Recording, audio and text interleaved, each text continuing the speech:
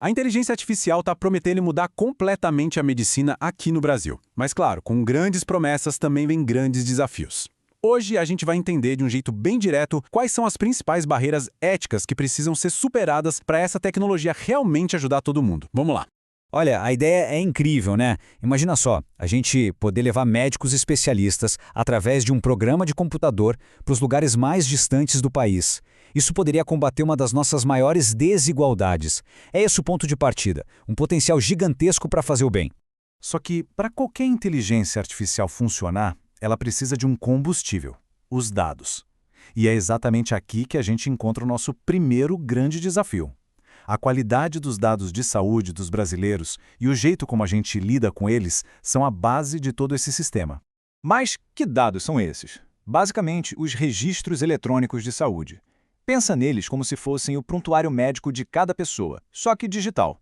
É lendo milhares, milhões desses registros que o algoritmo aprende a encontrar padrões, a identificar doenças e a ajudar no diagnóstico.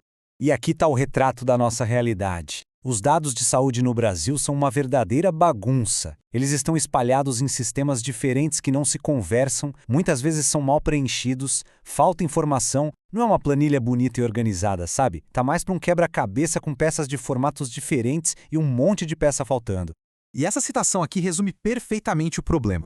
Um médico escreve as anotações de um jeito, um enfermeiro de outro. Para um ser humano, isso é super normal, mas para uma inteligência artificial que precisa de tudo padronizado para aprender, esse texto corrido é um obstáculo enorme.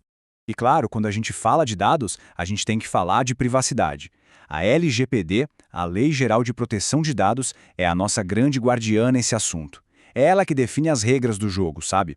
Ela garante que toda essa coleta e o uso de informações tão sensíveis seja feita com segurança e com respeito à privacidade de cada pessoa. Agora vamos para o nosso segundo grande dilema, o viés. Uma IA não nasce sabendo das coisas. Ela aprende com os dados que a gente dá para ela. E se esses dados forem enviesados, ou seja, se eles tiverem preconceitos escondidos, a IA não só aprende esse preconceito, como pode aumentar ele. E essa tela aqui mostra o pulo do gato. A maioria dos algoritmos é treinada com dados de hospitais de ponta, de cidades grandes, onde a população tem um perfil socioeconômico mais alto. Só que essa ferramenta vai ser usada no Brasil inteiro, um país continental e super diverso. Dá para perceber o risco aí. E o resultado é esse que a imagem mostra. É como tentar andar num labirinto super complexo usando um mapa que só mostra um pedacinho dele. O algoritmo, que foi treinado com uma visão limitada da realidade brasileira, pode acabar tomando decisões erradas para a maioria da população, criando mais desigualdade em vez de menos. Essa fala de um especialista é um alerta muito direto. Uma IA que funciona perfeitamente para um paciente em São Paulo pode falhar feio para um paciente no interior da Amazônia. Então, o mais importante é garantir que os dados usados para treinar a IA representem a diversidade do nosso país. Bom, além dos problemas com os dados e com o viés, tem uma outra pergunta fundamental. Quando alguma coisa dá errado, de quem é a culpa? E aí a gente chega no terceiro desafio, a responsabilidade, o famoso problema da caixa preta. A pergunta parece simples, né? Mas a resposta é qualquer coisa menos simples. Quando uma máquina está envolvida numa decisão que afeta uma vida, apontar o responsável vira um verdadeiro emaranhado de questões éticas e legais. Olha só os possíveis responsáveis. A culpa é do médico que confiou na sugestão do programa? Do hospital que comprou tecnologia? Da empresa que programou o código? Ou será que é do governo que talvez não tenha criado regras claras para isso? Pois é, não tem resposta fácil.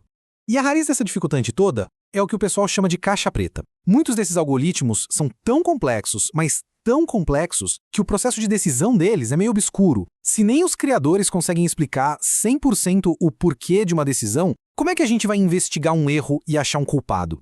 Diante de tanto desafio, o que a gente faz? Desistir da tecnologia não parece ser o caminho.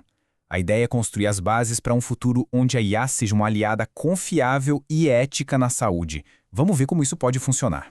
A imagem do labirinto volta, mas agora com uma outra cara. Não é um beco sem saída. É um caminho complexo, sim, mas que exige um mapa, uma estratégia. E essa estratégia precisa ser construída por todo mundo, junto. Então, a solução parece se apoiar nesses 5 pilares. A gente precisa de leis que acompanhem a tecnologia. Precisa garantir que o médico nunca seja substituído, mas sim ajudado pela máquina. Precisa insistir em dados de qualidade e em algoritmos transparentes. E talvez o mais importante, precisa de um diálogo constante entre todas as partes. No fim das contas, a mensagem é essa aqui. A confiança não se programa com linhas de código. Ela se constrói com governança, com ética e com colaboração humana. A tecnologia é uma ferramenta. O uso que a gente faz dela é que é uma escolha nossa.